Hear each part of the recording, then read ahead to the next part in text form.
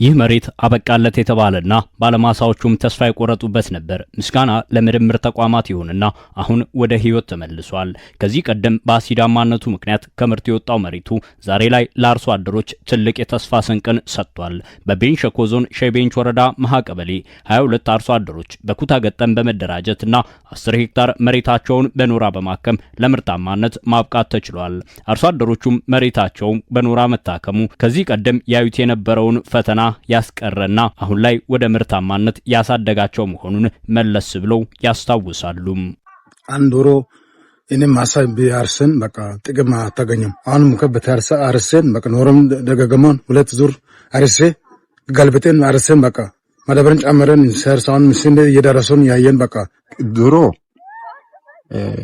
እኔ ሰርቶ ምንም በቃ በቆሎም ቢሆን ጎብስም ቢሆን ስንዴም ቢሆን በቀረም ቢሆን ምንም በቃ የጠቅመ ነገር አይደለም። አንድ ኩንተል አይሆንም። እዚህ ጉልበት ብቻ ይባዝባዝና አሁን ጥቅም ላይ ይሆናል በየኮ ያሰብኩኝ ነው።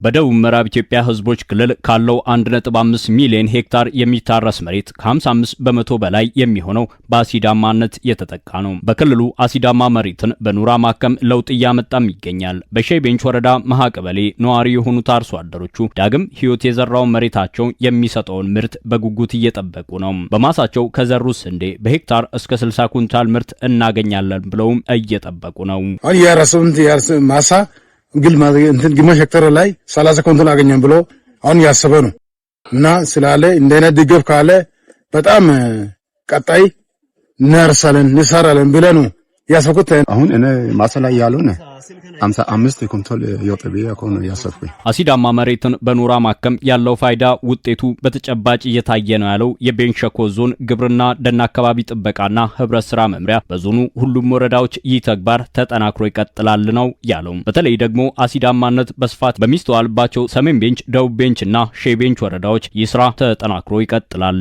ውጤቱን በተጨባጭ አርሶ አደሩ ያለ ኖራ በኖራ በግባት ያለ ግባት የሚለውን ጭምር እዛው ሳይት ላይ በአይን እያየ እየተማረ ያለበት ሁኔታዎች ነው እንዳጠቃላይ ያለውና በኖራ ማከሙ አሲዲቲ ላይ መስራት የግድ እንደሚያስፈልግ በተጨባጭ ያየን ያለንበት ሁኔታዎች አሉ። በክልሉ 3 ዞኖች ከፋ፣ ቤንች ሸኮና ምዕራብ ኦሞ ዞኖች በአሲዳማነት የተጠቃ መሬትን እንዲያገግም በማድረግ ረገድ ሰፊ ስራ እየሰራ የሚገኘው የቦንጋ ግብርና ምርምር ማዕከል አፈርን በኖራ ከማከም ባለፈ ሌሎች አማራጭ መንገዶችንም ለአርሶ አደሮቹ እያስተዋወቁ ነው ይላል።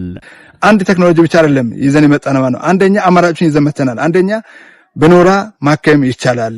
ሁለተኛ ደግሞ ኖራና ኦርጋኒክ ወይ ቨርሚ ኮምፖስት የሆነው አቀላቅሎ መጠቀም ይቻላል።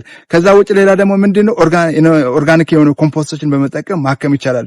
ሶስተኛ ደረጃ ላይ ምንድነው እነዚህ አሲዳማ የተጎዱ አፈሮች ላይ እነዚህ ኦፕሽኖች ከሌሉ አሲዳማ ይሄንን የአፈር ኮምጣጠን ተቋቁሞ መብቀል የሚችሉ የሰብል ዝርያዎችን አስተዋውቀናል ማለት ነው። ለምሳሌ አሁን አጃ ብንሄድ ሉፒን የምንለው ግብጾ የምንለው፣ ሁለተኛ ደግሞ ይሄ ክሪቲካል የስንዴና የአጃ ድቃይ እንትኖችና ከዛ ጋር ደግሞ ጀጀቦ የሚባል የስንዴ ዝርያዎችን በሰፊው ለአርሶ አደሮች የማስተዋወቅ ስራን ሰርተናል ማለት ነው። በደቡብ ምዕራብ ኢትዮጵያ ህዝቦች ክልል ካለው ሰፊ የሚታረስ መሬት ውስጥ አብዛኛው መሬት በአሲዳማነት የተጠቃ እንደመሆኑ መጠን መሬቱን ወደ ምርታማነት ለመመለስ በትኩረት እየተሰራ ይገኛል። የደቡብ ምዕራብ ኢትዮጵያ ህዝቦች ክልል ግብርና ምርምር ኢንስቲትዩት በክልሉ እስካሁን 150 ሄክታር መሬትን ማከም መቻሉን የገለጸ ሲሆን በቀጣይ ዓመትም 200 ሄክታር መሬትን ለማከም እቅድ ይዞ እየሰራ እንደሚገኝ ነው የገለጸው።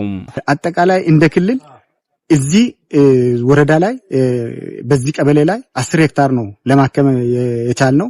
በተመሳሳይ ሌሎች ወረዳዎችም ላይ በድንች ላይ በበቆሎ ላይ አክምና አጠቃላይ ወደ ጤንነቱ እንዲመለስ ከ150 ሄክታር በላይ እንዲታከም በዴሞንስትሬሽን ደረጃ የሰራንባቸው ሁኔታዎች ናቸው ያሉት። በግብርናው ዘርፍ ምርትና ምርታማነትን ለማሳደግ ሰፊ ትኩረት ተሰጥቶት እየተሰራ ሲሆን ከነዚህ መካከል በአሲዳማነት የተጠቁ መሬቶችን በማከም ወደ ምርታማነት መመለስ አንዱ ተግባር ነው። በደቡብ ምዕራብ ኢትዮጵያ ህዝቦች ክልልም ይህ ተግባር እየተከናወነ ሲሆን ባለፉት 4 ዓመታት በክልሉ 40,000 ሄክታር በአሲዳማነት የተጠቃ መሬት በኖራ የታከመ ሲሆን ካለው ስፋት አንጻር አነስተኛ መሆኑንና ይህንንም ለማሳደግ ትኩረት ሰጥቶ እንደሚሰራ ነው የክልሉ ግብርና ቢሮ ገለጸው። እስካሁን ድረስ የታከመው አጠቃላይ 40,000 ሄክታር አካባቢ ነው ባለፉት 4 ዓመታት ውስጥ። ይሄ የሆነበት ምክንያት የኖራ እጥረት ነው።